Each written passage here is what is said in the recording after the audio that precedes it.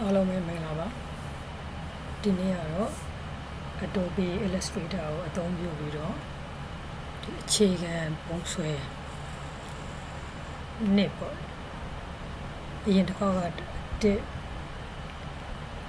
တင်ပေးဘူးလေဒီနေ့တော့ဒီ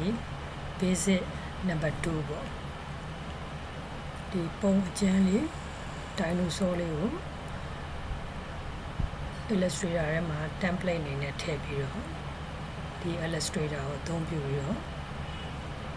ဒီလိုပုံလေးဖြစ်အောင်ဆွဲပြမှာဖြစ်ပါတယ်။သုံးပြုမဲ့ tools တွေကတော့ဒီ template ပုံချမ်းကို template အနေနဲ့ခေါ်သုံးမယ်။ selection tool သုံးပါမယ်။ direct selection tool သုံးမယ်။ဒီအဓိကအသုံးပြုပြီးဆွဲမှာတော့ဒီ pen tool ပေါ့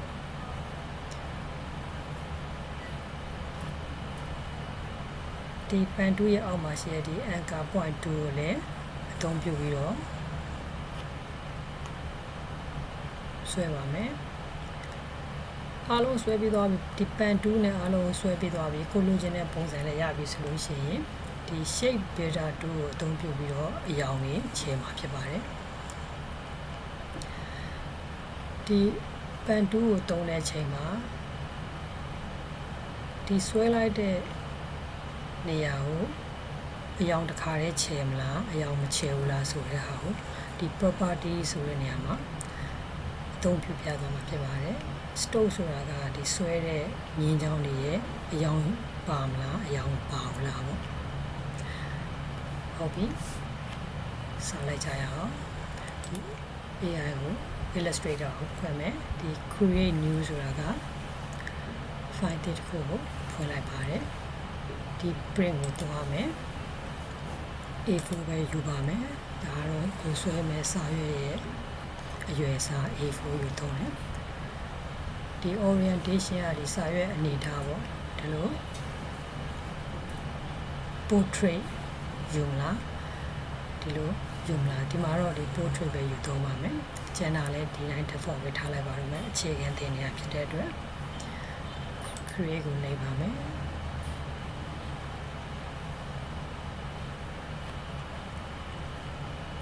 ဟုတ်ပြီဒီမှာ layer အကြောင်းတစ်ချက်ပြောလိုက်မယ်ဒီ ပထမဆုံးဖွင့်တဲ့ layer ဖြစ်တယ်ဒီမှာ layer 1ဆိုတော့တစ်ခါလေးပေါ်မယ်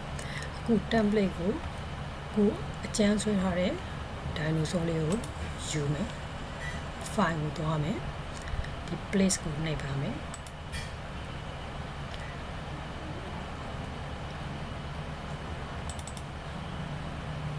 dinosaur လေးကို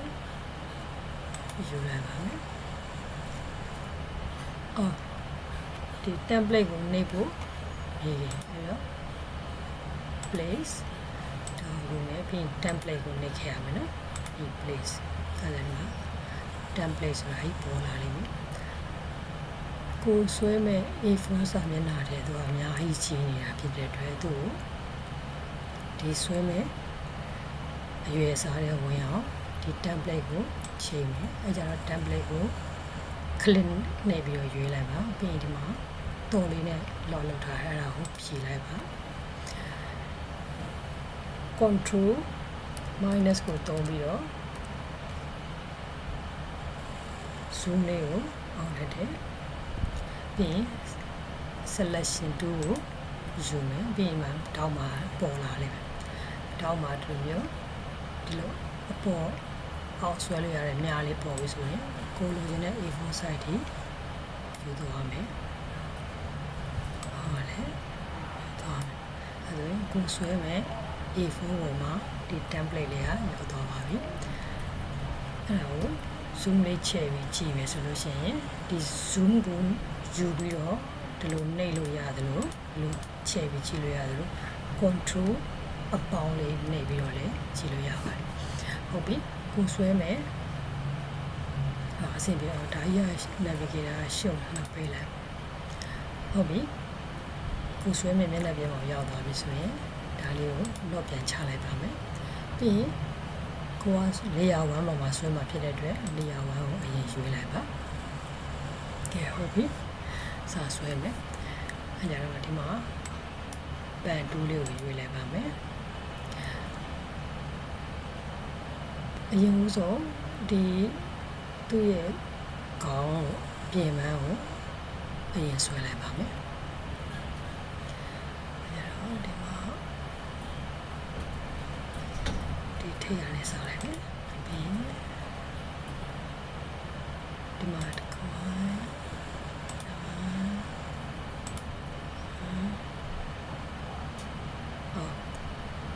ဒီမှာတခုတည်းရမယ်ဒီမှာအဖြူရောင်ကြီးသူကတခါဖြည့်ပေးလိုက်အဲ့ဒါကိုဟိုကမြင်းကြောင်ပဲလိုချင်တယ်ဆိုတော့ဒီ properties ကိုဝင်ပြီ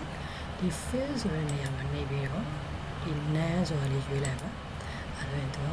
မြင်းကြောင်လေးပဲပေါ်ပါလိမ့်မယ်ဟုတ်ပြီဒီဘက်ကိုဆက်လာမယ်ဒီကနေပြီးတော့ဟုတ်ပြီဒီကတော့တခါရရပါတယ်တခါရယူလိုက်တော့မယ်ဆက်ဆွဲမယ်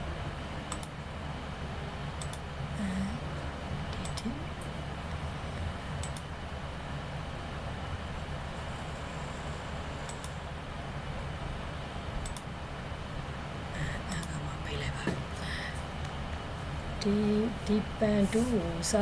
သုံးခြင်းဆိုရင်နည်းနည်းအခက်အခဲလေးတော့တွေ့ပါမယ်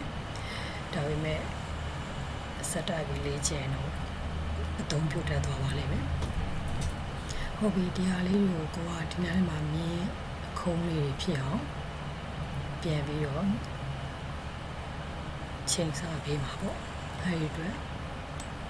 ဒီ anchor point 2လေးကိုပြန်ရွေးမယ်ရွေးပြီးရင်ကိုကဒီအဖြောက်ကနေလို့အခုံးလေးဖြစ်နေတာဆိုတော့ဒီနားလေးကိုသွားလိုက်လို့ရှိရင်ဒါဒီ pad ဆိုတဲ့ PATH pad ဆိုတာလေးပေါ်လာပြီဆိုရင်အဲ့ဒါလေးကိုဖိပြီးတော့ကိုလိုချင်တဲ့အခုံးလေးရောက်တဲ့အထိရရင်ဆိုရင် mouse ကိုလွှတ်လိုက်ပါအဲ့တိုင်းပဲဒီနှာခေါင်းထဲလေးကိုလည်းအရင်ဆုံးအဲ့ဒီ line လေးကိုဒီလိုချင်းကပ်မယ် pad လို့ပေါ်လာပြီဆိုရင်ကလစ်နဲ့နှိပ်လိုက်ပြီးတော့ဖိပြီးတော့ဆွဲလိုက်ပါဟုတ်ပြီဒီကိုလိုချင်တဲ့အနေထားရောက်ပြီဆိုရင်လွတ်မယ်ဒါနဲ့နည်းလေးအောက်ကိုဆွဲမယ်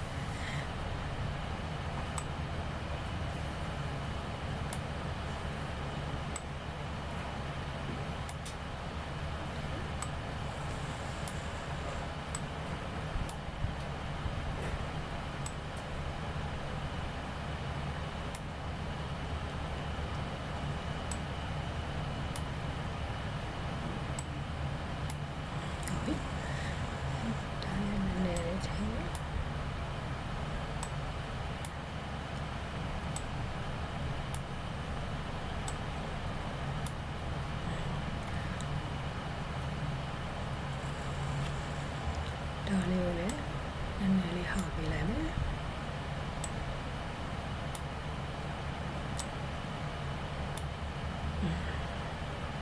ဟုတ်ပြီ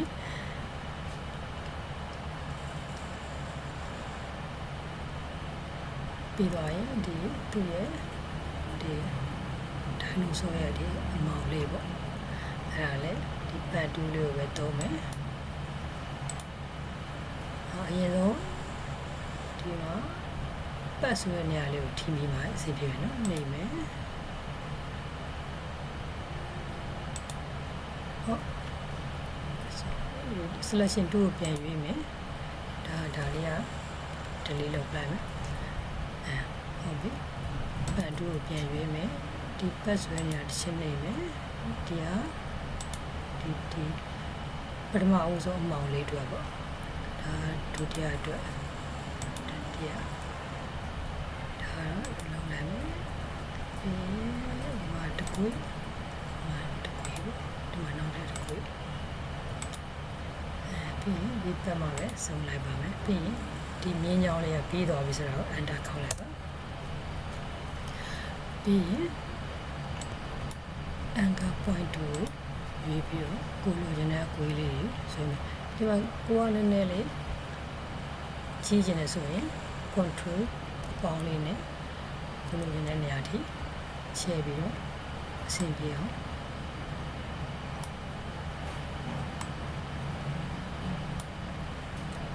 ဒီ handle လေးတွေလည်းယူပြီးတော့ကိုလိုချင်တဲ့ပုံစံလေးကိုချိန်သွားလို့ရပါတယ်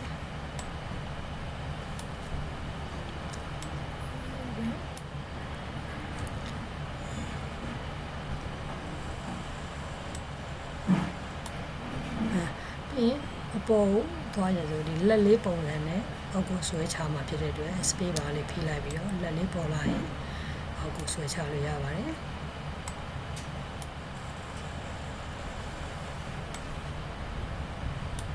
လက်လေးနဲ့ဆွဲပြီးတော့ဆွဲချသွားပါမယ်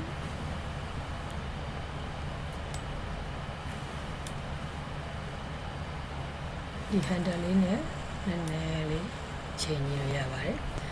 ကိုဆွဲပြီးတော့လို့ရှိရင်ဘယ်နှမ်းလေးကိုပြန်ပြုတ်ခြင်းလဲဆိုဒီလက်လေးနဲ့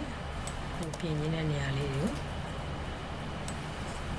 နည်းနည်းလိုက်ပြီးတော့ညှိပြီးလို့ရပါတယ်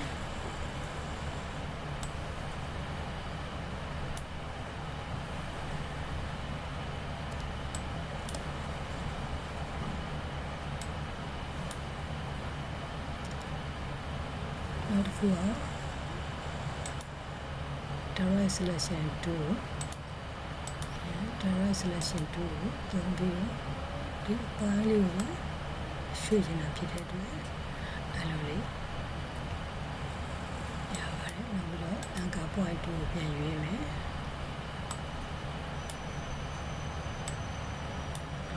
ဟုတ်ပြီအဲ့တော့ဒီဟာလေးကိုဒီနားလေးကိုရွှေ့ချင်တာဖြစ်တဲ့အတွက် direct selection အားလုံးရွေးရဖြစ်တယ် direct selection 2ကိုရွေးမယ်ဒါလေးကိုပဲရွှေ့ချင်တာဖြစ်တယ်ဒါလေးကိုပဲရွေးပြီးတော့ရွှေ့လိုက်လို့ရပါပြီ selection 2ကိုရွေးမယ်အပြင်မှာတစ်ချက်နှိပ်လိုက်မယ် control အလုံးနဲ့ကိုဆွဲပေးတာကိုကြည့်လို့ရပါတယ်ကဲခေါင်းနဲ့အမောင်လေးပေါ့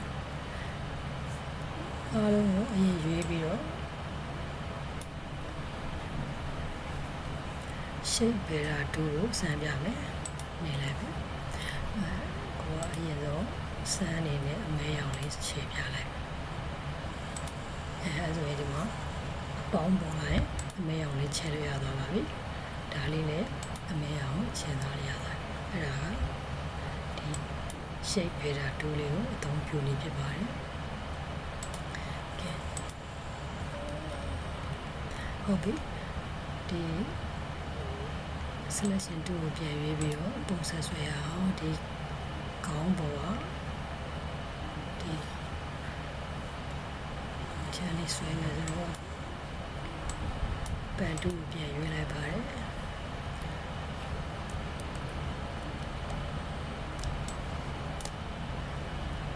ဒီကနေပြီးတော့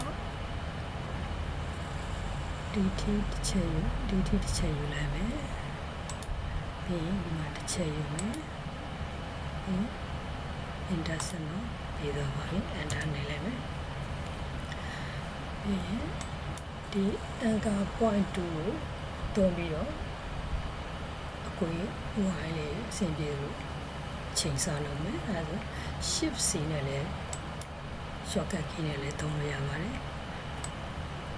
ကိုလိုချင်တဲ့အနေထားလေးရောက်ပြီဆိုလို့ရှိရင်ရပါပြီ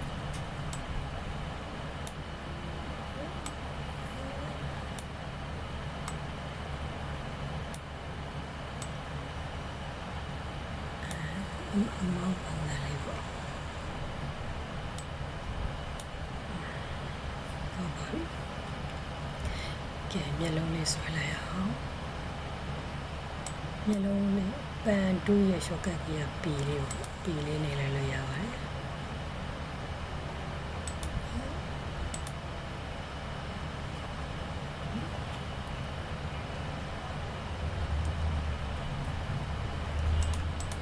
ပန်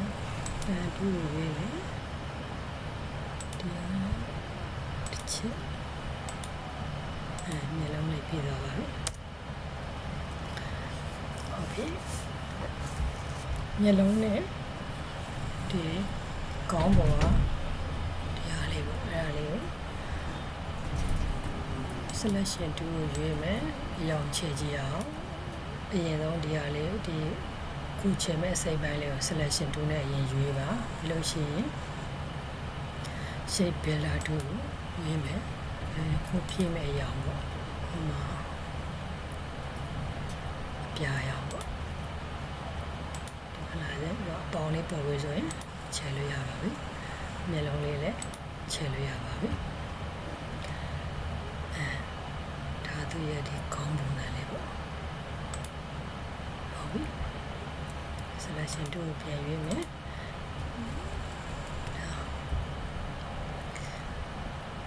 သွားတွေကိုဆွဲမှာဖြစ်ပါတယ်တူယူမယ်အရင်ဆုံး selection tool နဲ့အရင်ဆုံးရှင်းလိုက်မယ်တူရွေးမယ်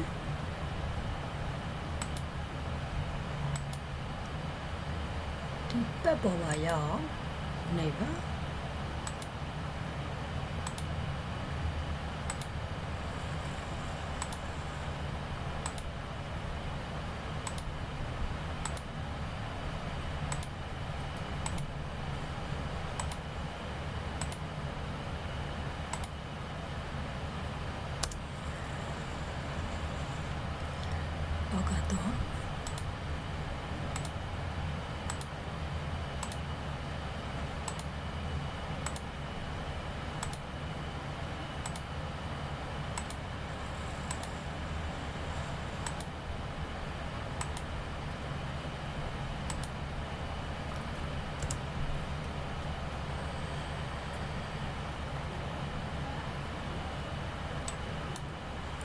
anchor point 2အသုံးပြုပြီးတော့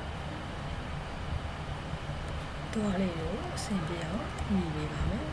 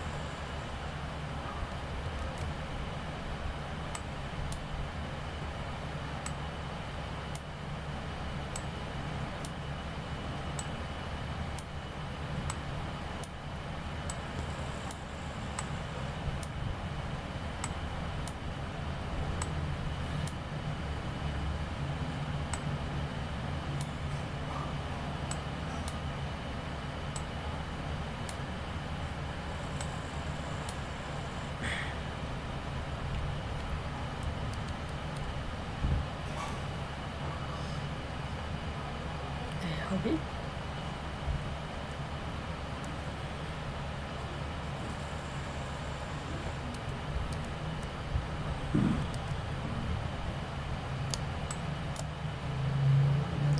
selection tool နဲ့အပြင်မှာတစ်ချက်ရွေးလိုက်ပဲ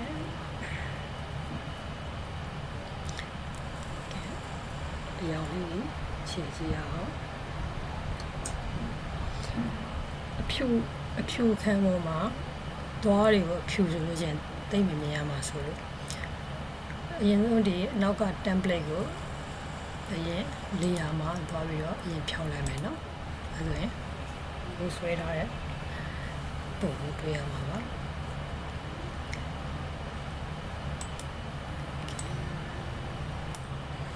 အရင်ဆုံးသွားတွေကို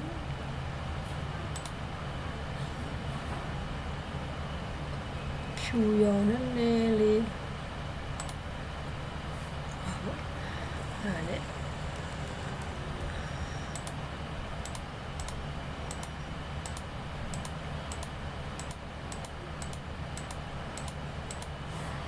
ဟုတ်ပါပြီ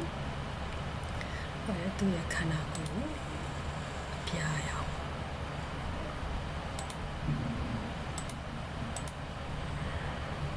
တွေ့တယ်ကောင်းထိတ်တာလေး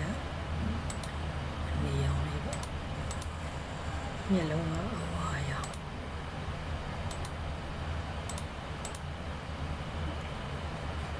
မောက်ကအဝါ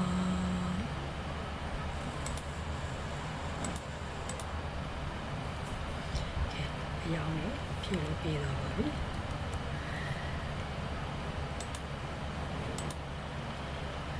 ဒီ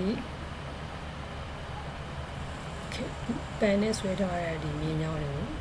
ဖြောင်းလိုက်မယ်ဆိုရင်အားလုံးကိုစနစ်ရှင်တူနဲ့ပြန်ရွေးလိုက်ပါမယ်ဒီ stock ကိုနန်းလို့ထားလိုက်ပါမယ်အဲဆိုရင်ဆွဲလို့ပေးတော့ပါပြီ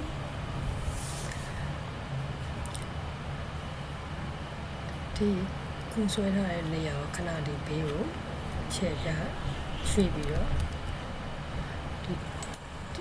အားလုံးကိုစနစ်ရှင်ရွေးပြီးတော့ object မှာ group ထားလိုက်ပါအဲဒါသူစီးဖြစ်လိုက်